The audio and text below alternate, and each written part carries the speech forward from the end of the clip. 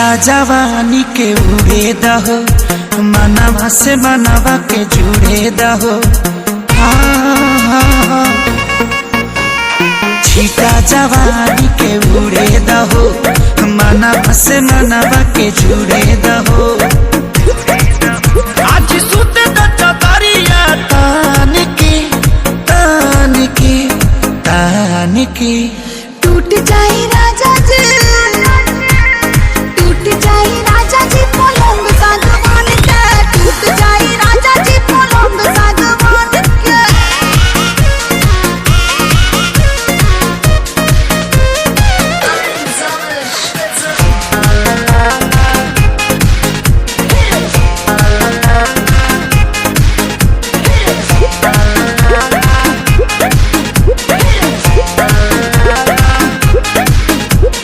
छुए द बदन की देखो न कटन की, चदर बिछा देहनी। पलम जी मन पिघलाती हनी, पलंग पर झुलुआ झुलाती हनी। छुए द बदन की देखो न कटन की, चदर बिछा देहनी। पलम जी मन पिघलाती हनी, पलंग पर झुलुआ झुलाती हनी।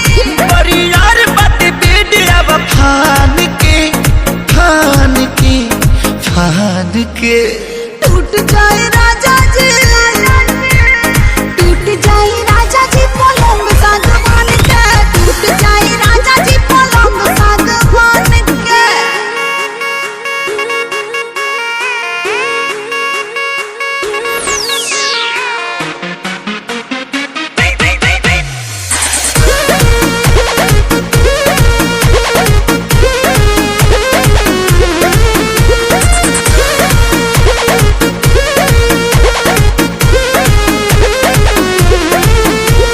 बने त बेसरमी देहिया में गरमी पैठे लागी गो।